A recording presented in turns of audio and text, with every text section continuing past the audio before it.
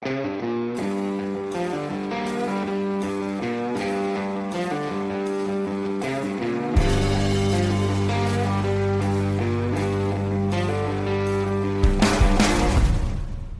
and welcome back to the Time to Calibrate podcast. This is episode 23. I'm Brent Robillard of The Calibrated Wrist, and I'm joined by my co-hosts, freelance writer Mark Levesque and YouTube celebrity Bob Allaby from Time to Go Travel in Timepieces. Today, however, we are also joined by a very special guest and friend, Lucy Kapitanovich. Lucy is a passionate watch enthusiast and a creative force in the horology community. Based in Lincolnshire, England, she curates engaging content under the moniker The Watchbox Diaries on YouTube and also on Instagram, where she shares insightful watch reviews and striking photography. Professionally, Lucy serves as the communications officer at Paulin Watches, a Glasgow-based watch and clockmaking company renowned for its contemporary designs. Her role encompasses handling communications, marketing, and public relations, blending her creative talents with her horological passion. In fact, it was in this role that I first met Lucy earlier this year at Time to Watches in Geneva. Lucy brings a refreshing perspective to the watch world. Her contributions have been recognized by prominent platforms beyond her own as well. For example, she shared her personal watch story in Hodinkie's My Watch Story series and is a frequent author on Watch Gecko. Lucy, welcome to the show. Hello, thank you very much for having me. I'm very excited to be speaking to you guys. I am blushing a little. I'm blushing a little bit with all of that. Well, I could go on. You need me to go on a little bit? I mean, of course, we begin all of our shows with a wrist check, and so as our invitee, the honors are yours to go first. well, funnily enough, I've been in the process of moving house, so most of my watches have kind of been packed away in whatever box, wherever within the house. And so my favourite child, lovely Cherry, has been neglected, shall we say, for the last 2 months. So I actually got her out of storage today, and yeah, I have my Grand Seiko Cherry Blossom. The Beautiful. SBGA 413 is pretty much one of the only reference numbers that I can remember.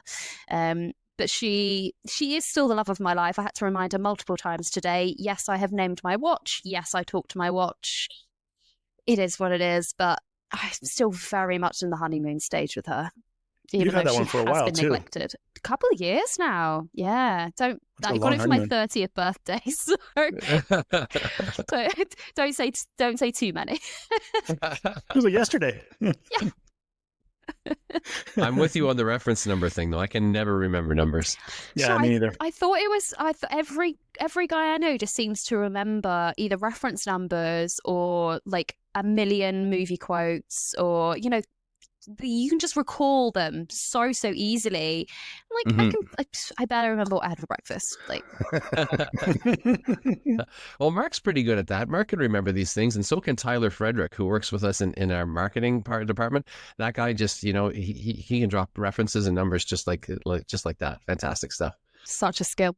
Mark, what do you? Yeah, it depends on the models. Some of the Grand Seikos, obviously the ones that you own, you tend to remember the names, but some of the other ones, the obscure ones, are difficult.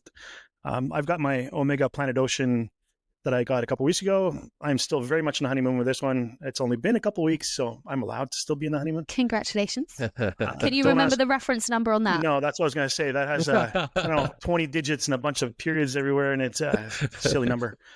But yeah, that's what I've got on. What about you, Bob? So today Brent and I did a little swap the other day. He wanted to borrow a particular watch for a certain event, and in exchange for that, he gifted me his Seamaster to keep forever. So thanks so much for that. Oh, you're welcome. You're welcome. Just a loaner, just a quick little trade for a few days. But yeah, that's what I'm wearing today. Really enjoying it. That's great. And what are you wearing? I have, I should have actually worn the Tudor today since we did that swap, but I have a very special one on today because it launches today, and it's the Longines Spirit Zulu Time 125. So it has the 18 karat gold insert that's here, and then sort of rose gold colored accents everywhere else. really do like this one, actually. So we did an article today on the website as well as a video up on YouTube. But I have to say it's probably, and I do really like this collection, it's probably my favorite of the collection so far. Yeah. I'm a massive fan of the Longines Spirit collection. I think they really nailed it. Yeah, we had Alexandre Voirin, who was the designer of that collection. We had him on our podcast a few episodes ago. Yeah, he put a little comment on the post this morning, actually. He does like it as well. Very cool. As he did, I suppose, have a hand in the original design. So, Lucy, you once mentioned that your watch journey began with a certain Rolex Datejust. Can you explain how it was that watch that made you go down the rabbit hole? Oh, the one that started it all.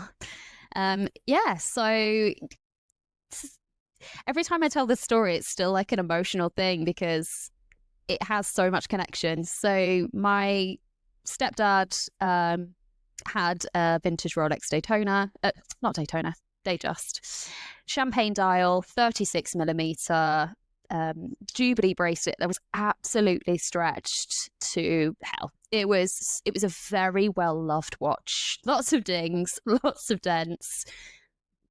Been everywhere with it, and I just loved that character in it. It was like, oh, do you want to wear it? I was like, I just like, even though I didn't know a lot about watches at the time, I'm like, Rolex is quite expensive. But sure, yeah. He's like, yeah, like watches are made to be worn, which is what he was, his takeaway from it was, it's like, just wear it, don't worry too much about it, just go for it. So I wore it for a couple of weeks, and I was like, oh my god, I love this watch. This is gorgeous. The champagne dial it's not too much, it's not too flashy.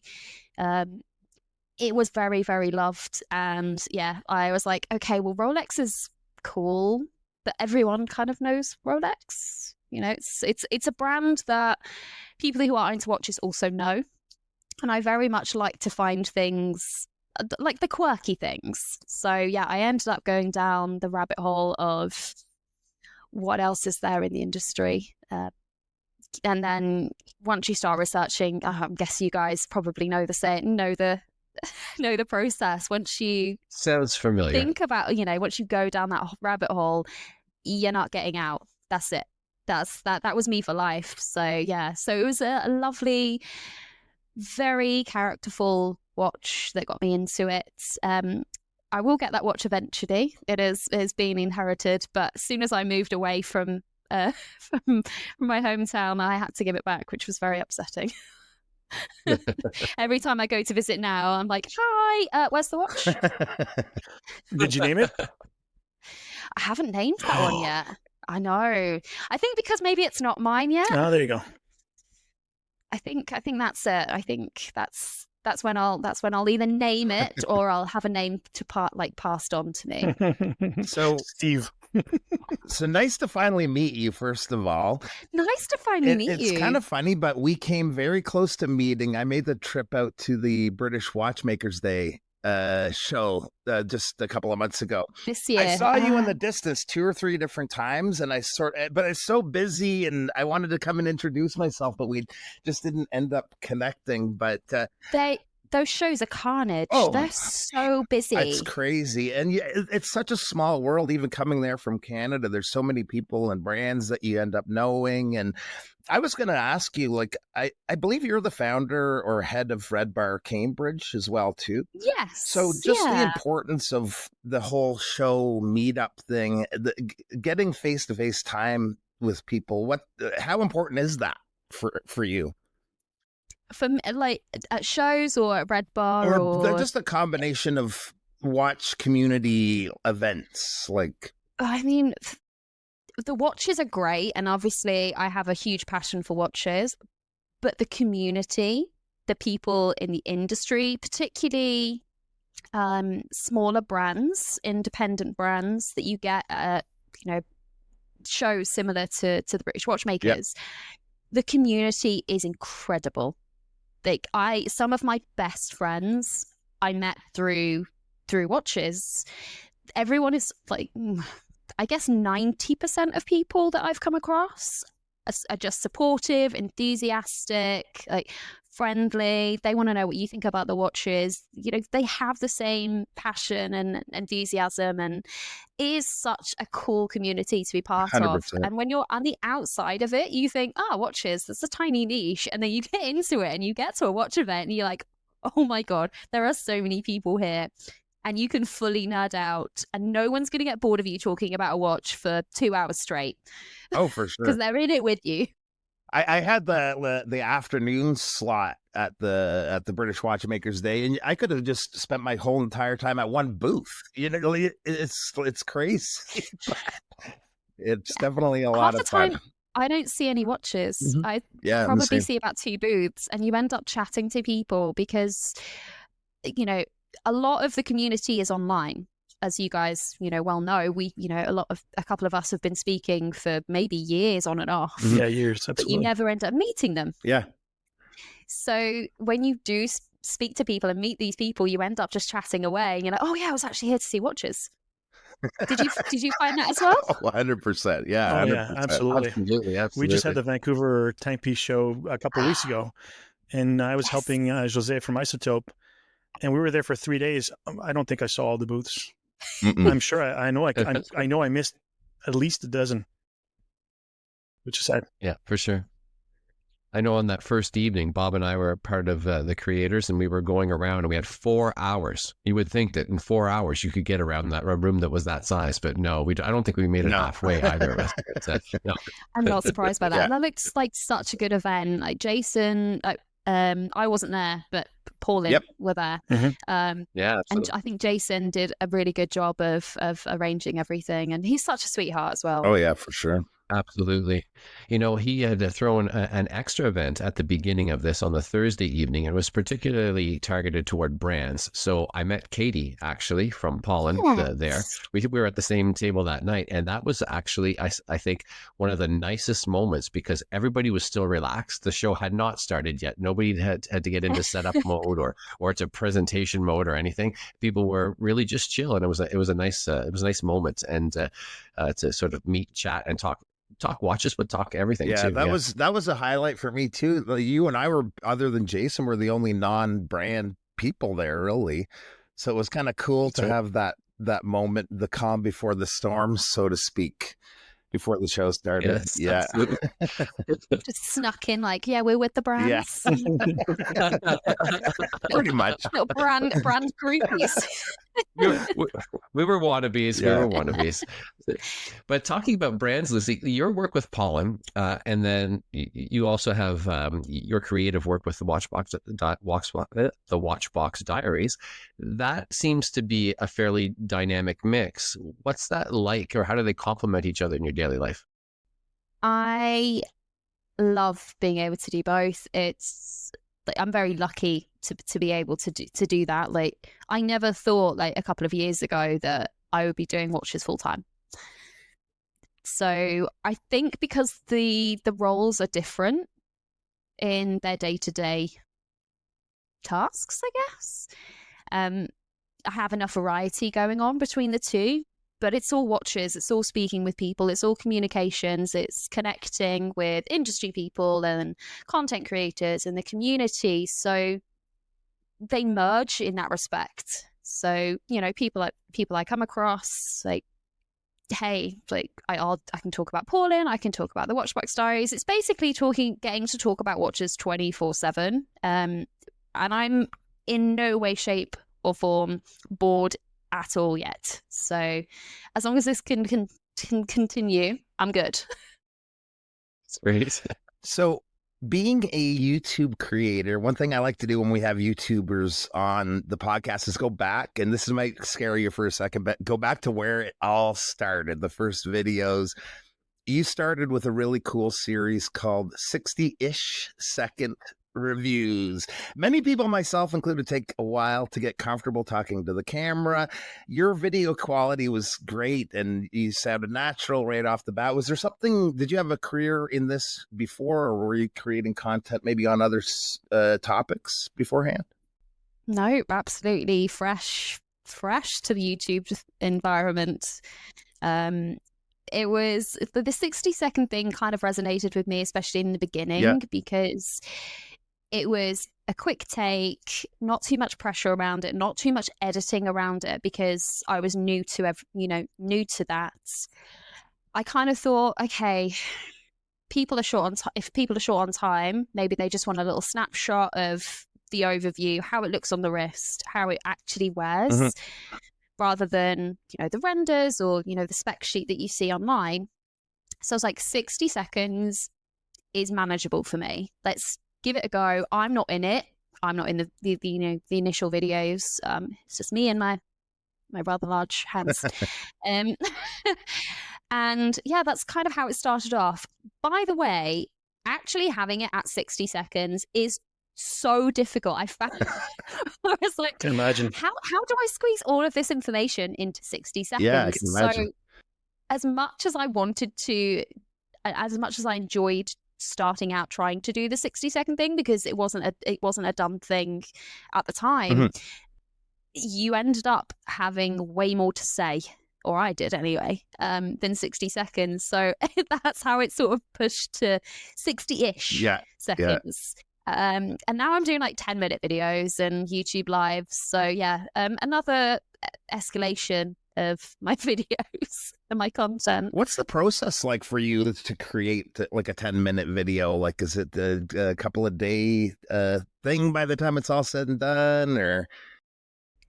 I mean, I guess all of you guys have an appreciation and more of an understanding, I guess, than the average, enthusiast as to how much work goes into creating a video or a podcast, or the media around it. Around my work, it does take a fair bit of time. So not only do you want to spend enough time with the watch that you get a good feel for it, you can make your assessments or your opinions, then you write the script, then you get the B-roll, then you do the filming, then you do the editing, and you edit in all of the videos and the content that you want to put within the video. Then you've got to do your thumbnails, your titles, your promotion of the video, and it's a lot of work, but I do still enjoy it very much. And getting that video out there and having some, people come back to you and say, thank you very much, this video helped me, or this helped me make a decision. Not my kind of thing, but now I have an appreciation for it.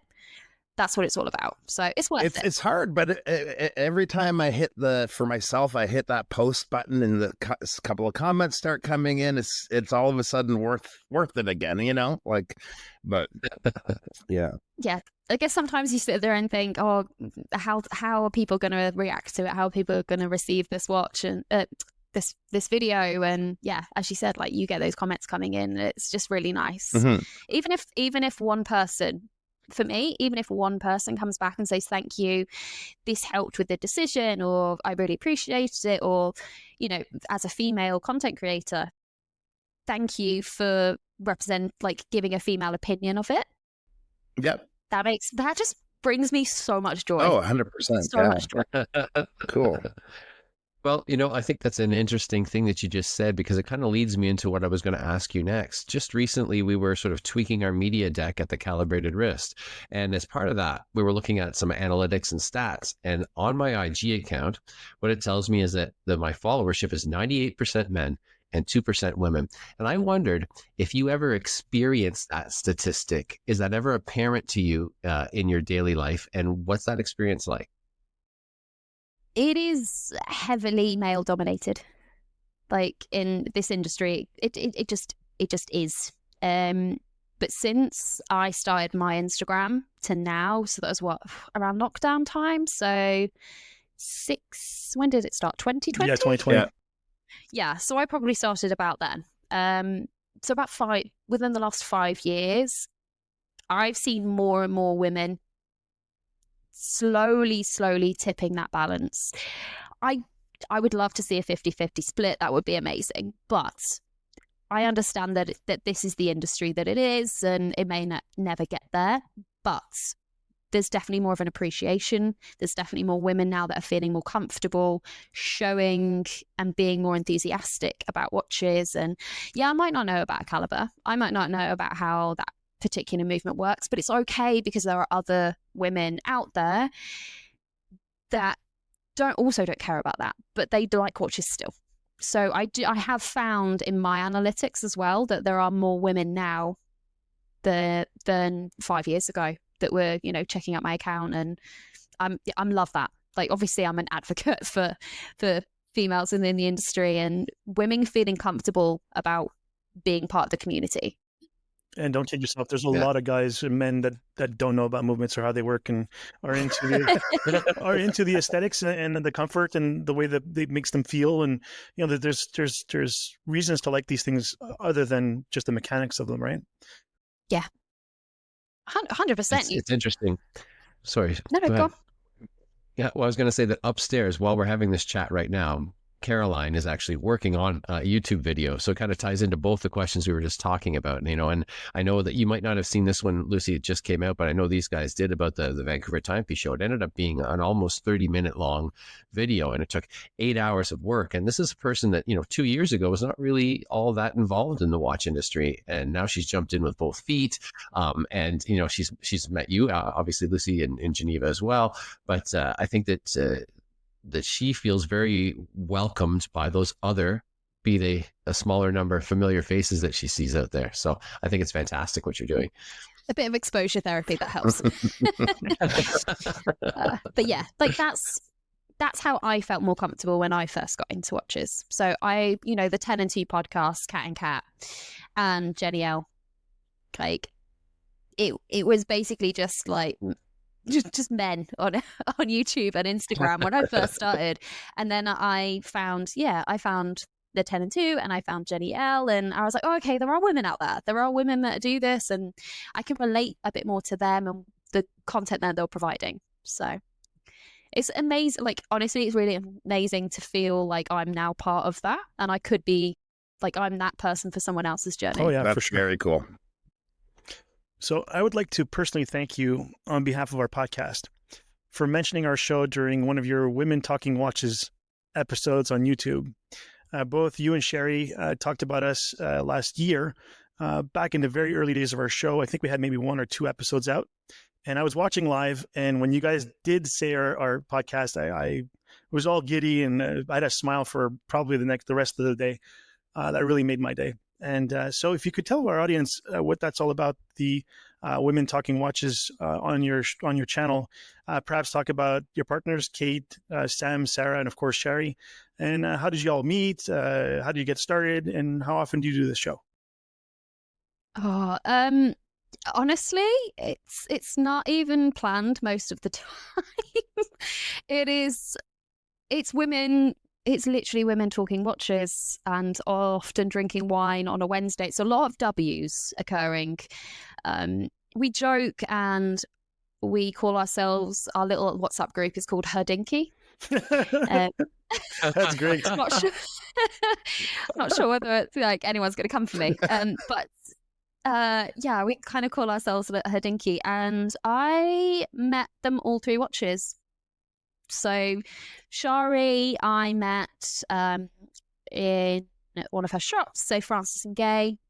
They have 2 stores in Coventry and Loughborough. This means not a lot to Canadian people, but yeah, so she has 2 stores, and yeah, we went in there, ended up chatting to her for ages about watches, and it is literally just like one of my best friends now. Sam, I met through Scottish Watches predominantly. So we, back in the day, had a YouTube channel, a YouTube spin-off, I guess, to Scottish Watches. It was actually called Time of the Week. And we had people be like, do you know what that sounds like? You know, like, it was done on, it was on purpose. You know what? Ricky probably knew what it was about. That's probably his idea. It was mine. Oh, no way. We were trying to come up with it was me, Sam, who is, you know, Sam from my channel, UK Sam, and then there was Sam and her Watchbox, who was US Sam.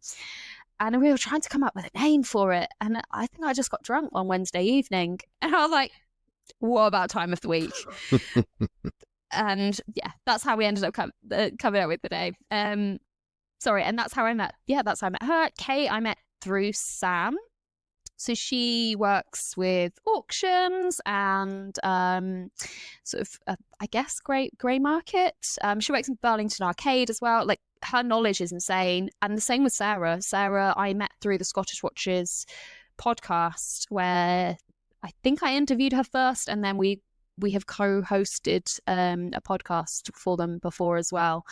And again, like, just being able to chat watches with women, and then you end up becoming, literally best friends. Like, Bob, I'm really glad you actually didn't see us at the beginning of British Watchmakers, because I just turned up and I was so excited to see them, and they were stood right at the beginning where the sign is. I actually saw you guys there. That's where I first saw you. I'm not kidding. Oh my gosh, I'm so like, I'm a little bit embarrassed by it, but I think Lucy turned 2 shades of pink. I definitely did the girl squeal, like, yeah, I literally was right there. Launched myself at them, hugged them, and then we ended up basically just taking over in front of the logo by having this random photo shoot, looking like the Spice Girls in ridiculous positions, and it's just so much fun. And I realize I've probably talked a bit too much about that, but I love my girls. I love my girls. I love my crew. That's awesome. And it extends out to so many other women as well. Like, every time I see them, I'm like, this is such a joy. That's awesome. Brent mentioned your Rolex that sparked your appreciation. Were you always into watches before that? Did you have any curiosity back when you were younger, or any family members other than that had watches that? No. So I actually grew up with 3 older brothers. So although, like, I had a bit of the girly side, I was kind of, more of a climb a tree and, that sort of, let's go to, down to the local lake and fish or something. I don't know. But no, so I kind of always liked things that weren't super, super girly. So, I mean, oh God, it's embarrassing. Like, I had like Ed Hardy watches, the ones with the skulls on them. Like, that was my vibe. But I wasn't ever really into watches. I did. And again, I'm just going to embarrass myself on this entire podcast here. Just laying it all out. I always remember that the girls around me all had like Michael Kors watches. This was back in the day. Please, no one judge me. They all had Michael Kors watches, and they were like, "Oh, my boyfriend's bought me this Michael Kors watch. My boyfriend's bought me this Michael Kors." Blah blah blah. I'm like, "Well, I don't have a boyfriend. I didn't have a boyfriend at the time." And I was like, "Do you know what I'm going to do? Because I'm a strong, independent woman. I'm going to buy my own Michael Kors watch." And to me, that was a lot of money at the time. It was a lot of money. Mm-hmm. So when I got that watch, I was so pleased with myself. I was like, yes, I bought myself this watch. And then, as soon as I went down the rabbit hole of watches, I was like, what have I done? I'm like, maybe I shouldn't ever tell people that that's how it actually started. But no, that is unfortunately where my love of watches started. It was a strong, independent woman vibe. That's perfect. So forgive me ahead of time, but I did a little snooping on the internet. So I visited your LinkedIn page, which is what we often do for a lot of our guests. And I noticed that you had started your career in education, human resources, recruiting, some sales, and eventually led you to the world of watches. And then about 4 years ago, you put that experience and talent into focus into horology. And for a while, you were doing your production planning work at a plastics company and working the Watchbox Diaries YouTube channel, which we've already established is a lot of work. And like, 2 out of 3 of us have day jobs and we do the podcast and I write for different places. Bob has a career as well. Brent is retired, which is unfair. But anyways, that's a story for another day. How did you manage doing all of that extracurricular work with your career at the same time? Because I struggle with that at times. It is a struggle. No one, that's something that people don't see. So I was very much struggling with trying to do a full-time job and then trying to do the YouTube videos and the content and getting to the events. in my evenings and my weekends. And then you obviously try and live your life. You know, you have to do things like the cooking and the cleaning and the, you know, the general boring household tasks and the socializing, the seeing friends and family. And as my YouTube started getting bigger, there was a lot more pressure to, you know, okay, I can't go and see these people because I do need to get that video out, but I have to go and see these people. Okay, so I can't do that video. So there was a lot of sacrificing sort of evenings and weekends for quite a while, actually.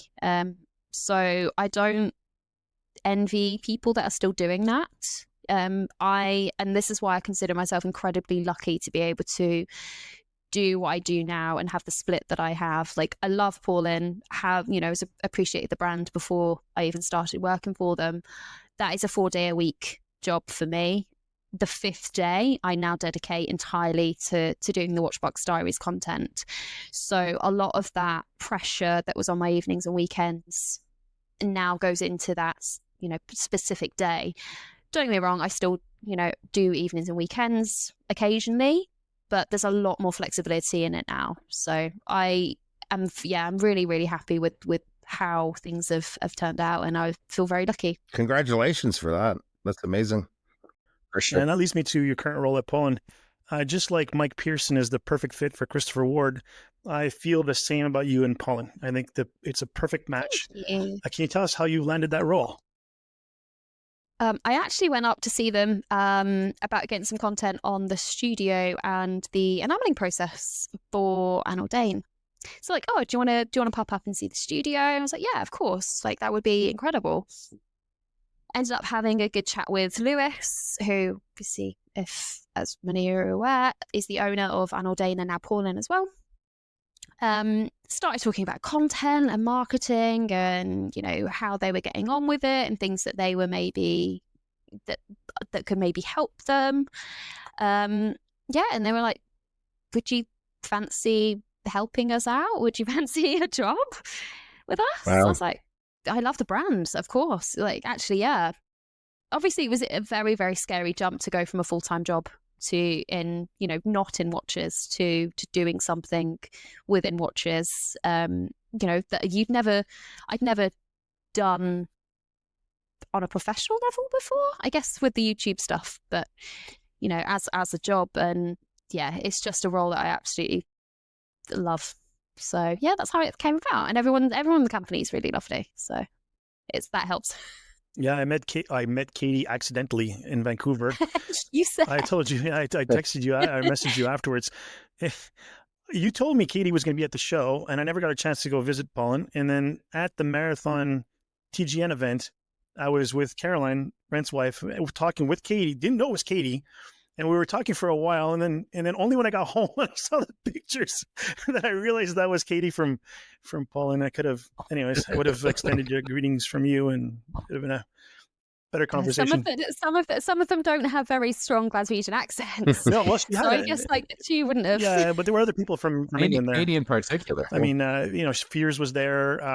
Studio Underdog was there. So was Elliot Brown, and there's a couple other. So was Bowcroft. So there was other UK representatives. So, and that accent was floating around. Plus there's visitors from the UK as well. And we have visitors from all over the place. It was really incredible. Yeah, like. So. Oh, go on.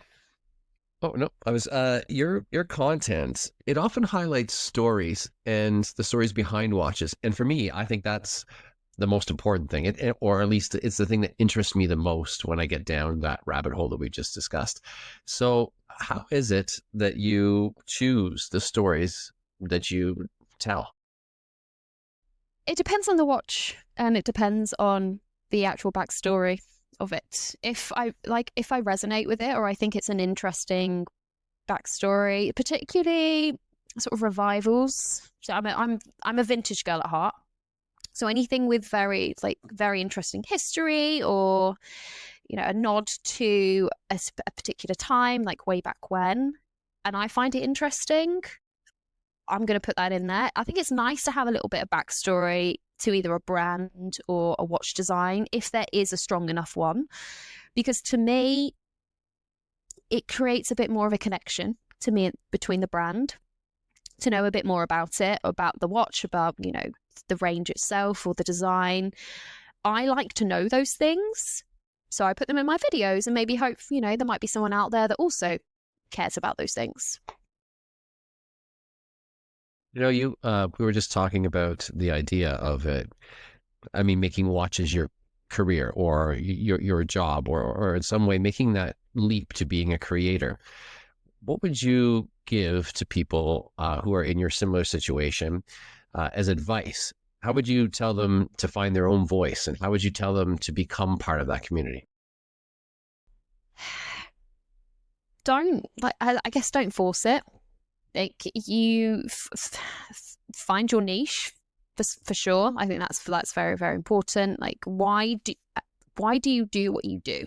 Why do you want to do what you do? Who do you want to put a voice towards? What do you want to portray? If it's okay, I'm, you know, for me, I'm a female in the watch industry. I'm quite a minority, but I also don't want to just identify as, oh, she only, you know, she's a female watch content creator. I'd like to also be a watch content creator. Okay, so what do I need to do that? What do I need to add into those things? What would I find interesting in there? Get some feedback from people that are, you know, from your friends or other content creators or people within the industry. They'll let you know what they actually find interesting. If you don't find it interesting, don't do it, because otherwise it's not going to be a genuine, you know, it's not going to feel genuine when you're actually putting the video out there. So yeah, like, just for me, like, taking on watches to review, I have to have some form of interest in the watch or the brand, or, you know, if it's a brand I've never seen before, but it's, you know, I know I'm not going to be a fan of it, I'll decline it.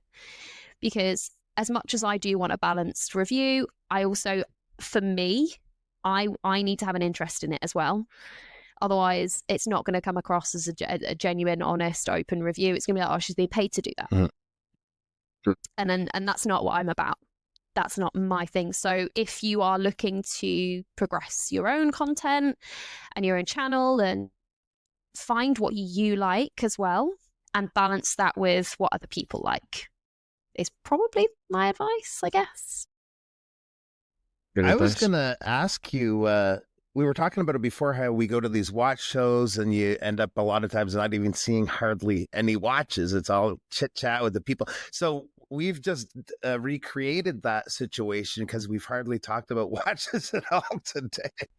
But Sorry, guys. No. It's like that almost every time. It's not a bad thing. It's a good thing. But I was curious, as far as your own collection goes, any recent additions to the watch box, or is there anything on the radar you're looking to pick up maybe this year?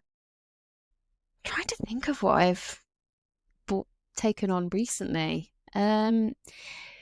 I think because I'm lucky in that I am being able to get hands on with quite a few watches, and also I've just bought a house, so that's probably pushed my purchasing back a little while now. Unfortunately, I am eyeing up bimetal vintage Creedor.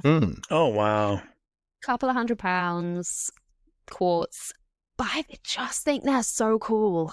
Those are amazing watches, yeah. They're awesome. Like, I am very much, I'm doing a full circle here, and I guess we all go through phases of what we like and what we don't like. I was like, no, I don't want to be like I don't want to be the jewelry kind of gal, like stereotypical, the female. Give me a vintage one though. And I'm fully into it. So there's a little place called Sumlows in Burlington Arcade in London. So if you're ever in London, head to Burlington Arcade. It is a treasure trove of vintage watches. Sumlows has some of my favorite, like, properly vintage pieces, like braceleted pieces with mother of pearl dials, lapis lazuli, like Piagets, and wow. obsessed, absolutely obsessed with them. And also, a lot of my friends keep coming up to me with pendant watches. Like vintage pendant watches and vintage watch rings. So I think one of those, either a pendant or a ring watch, maybe my next purchase. I think that would be very cool. To show up at a watch meet with a pendant watch, a ring watch, and then a watch is like just that's like next level. Yeah.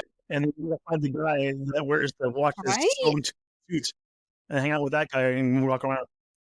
That'd be good. Oh God, what's his name? I can't remember. Fernando? No, the guy. It's Fernando. I met him at Time to Watches very, very briefly. Yeah. Honestly, I was like, oh my God, I know him, but I don't know him. I'm like, this feels a little bit stalkery, Lucy. Like, calm down.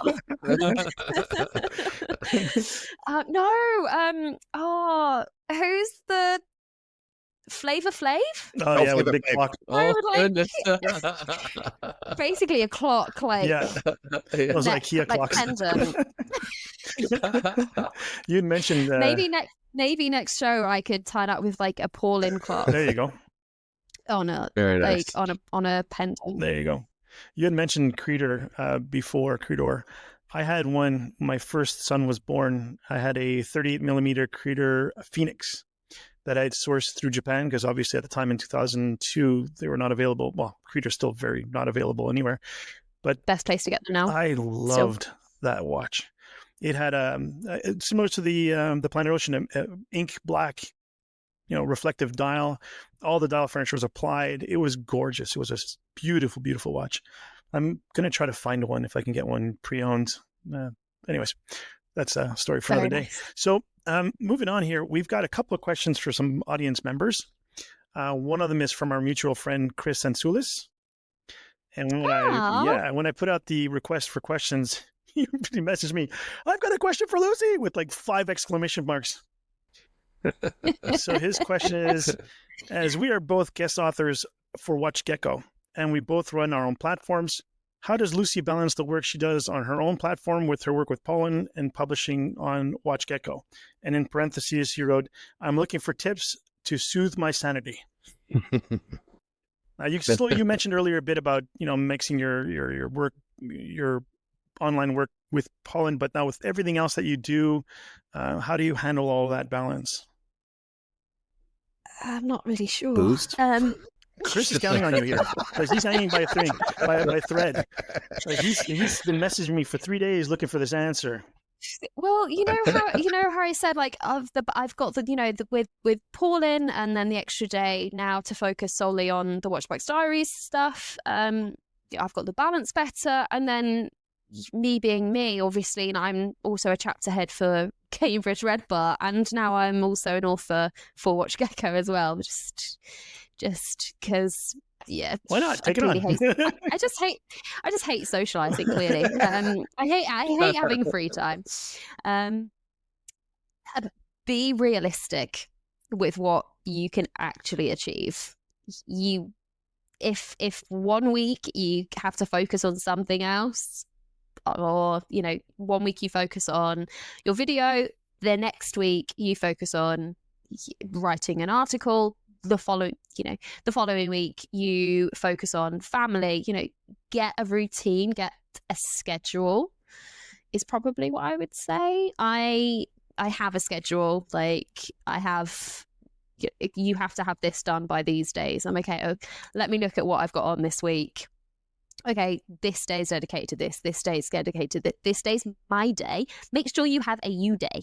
Even if it's a you evening, make sure you have that day and time for yourself. Like, I guess, other than Mr. Retired here, unless you do what I do and just like fill your free time with other things.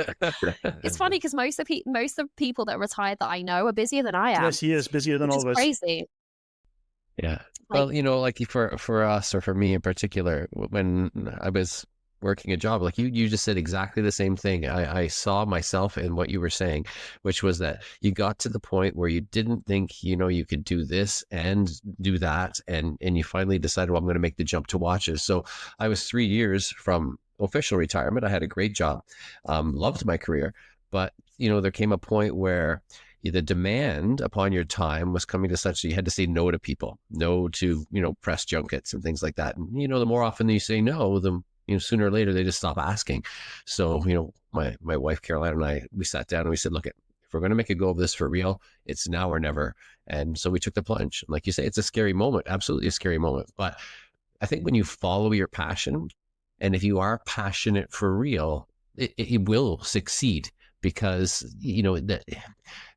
that ambition is true ambition, and so you see it in what you've achieved already. So, yeah. I have a question for you, Brent. So since you've retired and you're doing a lot of these press junkets and stuff, how often have you gone up and down the 401 in Canada to Toronto and back this year?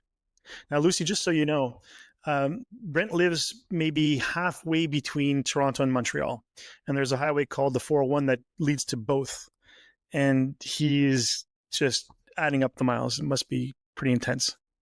Yeah.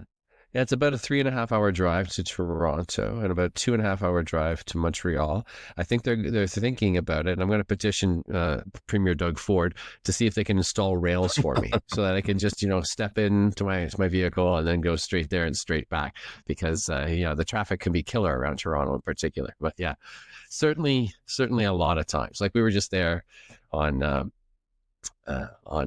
Thursday, Wednesday for the Tudor event. We might go back Sunday for an Atelier One event, and then who knows? It's all the time. So yeah, it's definitely a lot of travel. Canada is a big country. Yeah, At what point do you just think about moving? Oh. Well, I also live on this beautiful little lake in the middle of nowhere, and the only traffic around where I live is a pack of wild turkeys. So that's always next to. It's a balance. Yeah, the cost of living in Toronto is probably equal to the cost of living in London proper. It's really bad. And he mentioned traffic before, but it's atrocious in Toronto. There's a saying there, in Toronto, you're an hour away from being an hour away. So it's bad.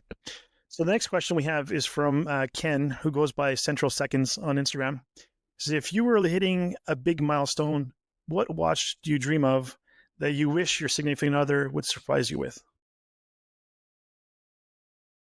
So for my 30th, so for my 30th, I basically was saving up myself for my Grand Seiko, and then my very lovely other half surprised me with it, and I full ugly cried. It was perfect. However, for my next big birthday, personally, I'd probably now be looking at the Vacheron American 1921. Wow. Yeah. That is a beautiful piece. Is it slightly overpriced for what it is? Probably, yes. But it's unique. It is my thing, which is classic with a twist. Ever since I first laid eyes on that watch, I have been obsessed with it. So that would be my choice. It is quite pricey, but it's a big birthday. 15 years from now, right? Yeah. Save up, ask for it, work for it. That's my goal for my next my next big, that's when I know I've either made it or I've won the lottery. Lisa's now got an American 1921. Or she stole it. You mentioned your other half. I believe it's Time to Loom on Instagram. Time to Loom. Yes. What does he think of your passion of watches? Is he just as insane as we are, or worse, or is he considered an obsession like my wife does? Oh, it's the worst, because he's also very, very much into watches. So when people first meet us, obviously they think, oh, you're into watches, your other half got you into watches. And I'm like, nah, No, no, no, no. We were both into watches before we met. We bonded over watches, and now it is such a problem between the two. They're like, everyone I speak to, they're like, oh, I wish my other half, I wish my partner was really into watches. I'm like, no, you don't. It is like financial irresponsibility, it's financial disaster, because like he helps me out with my scripts, and like wherever we go, he's like, here's like, where are all the watch shops? There's no one really to say no when you're both into watches. And it doesn't take a lot of convincing for someone to go, yeah, okay. So, when you're speaking to your other half and you're trying to justify a purchase, it takes very, very little. Like, and because we both have an appreciation for the mechanics and the brand and the craftsmanship and, everything else that goes into, an innovation or a new dial or blah, blah, blah, blah. We're like, oh, yeah, that's true. Yeah, just get it. I mean, isn't that a good price? Yeah, you're right. It is a good price because you can recognize it. So you speak to someone that's not into watches, and they're like, "How much for a watch?" I want to buy a watch, or he wants to buy a watch, and they're like, "Yeah, it's X amount, but it's the movement is point." Where's the new Grand Seiko one? It's like minus 20 seconds per month. And I'm like, oh my God, that's amazing. Justified. Done. It's actually minus 15 seconds a year. New one. I just done. Sold. Okay, yeah, just get it. That's fine.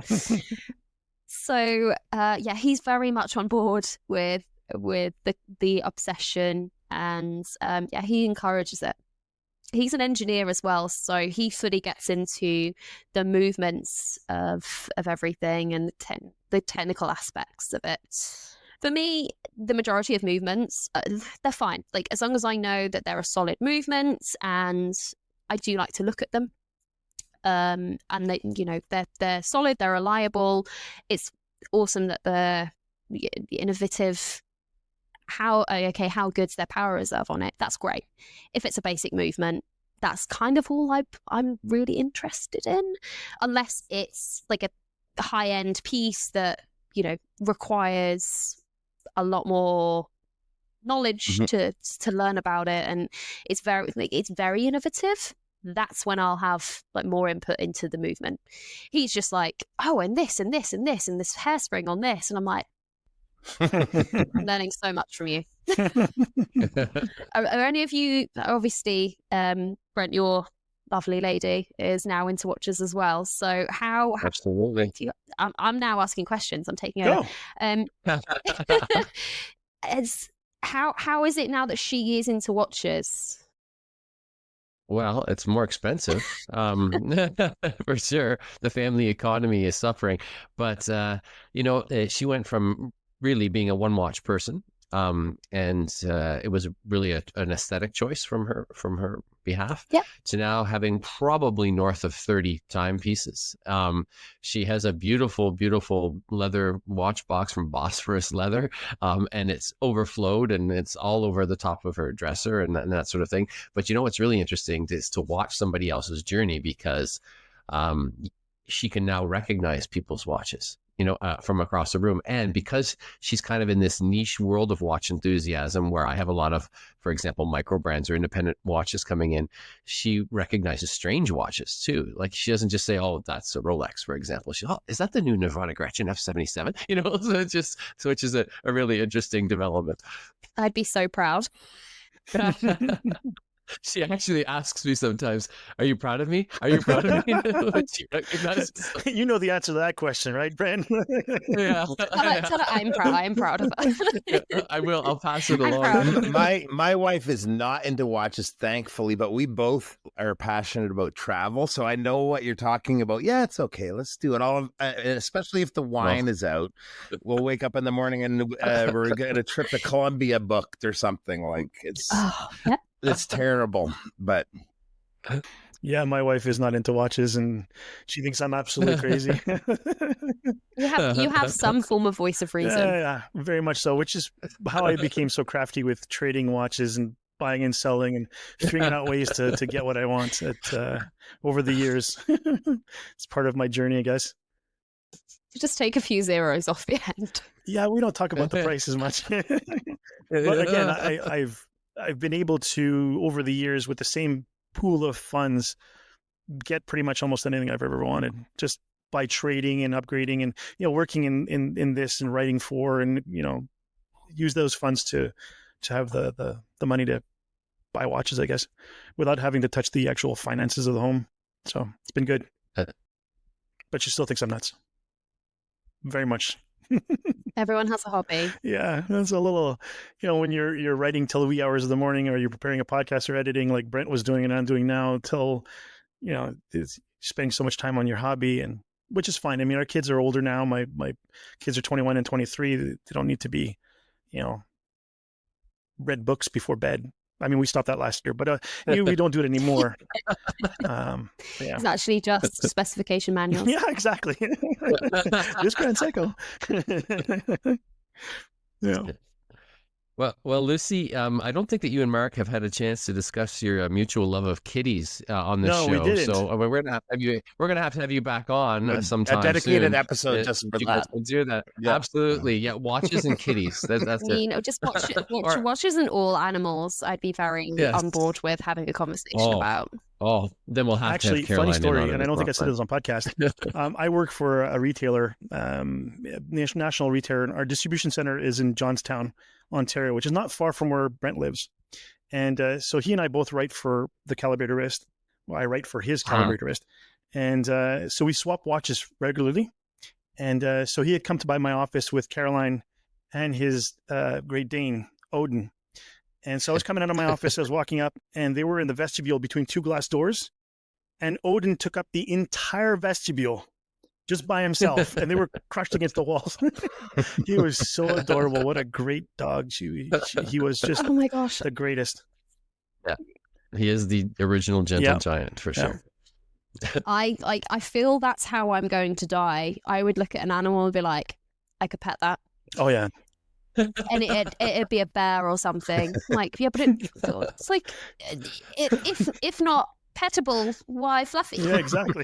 Just like that little kid in the video. Can I pet that dog? Oh my god, that meme lives in my head rent free. And where I live, there's dogs everywhere. So in my head, when I'm walking past a dog, I'm like, can I pet that dog? Yeah, exactly. In my head, every single time. Yeah, any animal, and I'm there for it. Well, Lucy, you've been like a breath of fresh air here this morning. So thanks so much for taking the time and for bringing that enthusiasm and for having that sense of candor. We obviously wish you, all three of us, the best of luck moving forward with Paulin, as well as the Watchbox Diaries channels and any other projects that you have on the go now and into the future. So thanks so much. Thank you so much. Thank you for having me. It's been an absolute pleasure to finally meet you guys. I guess it was great. It was great.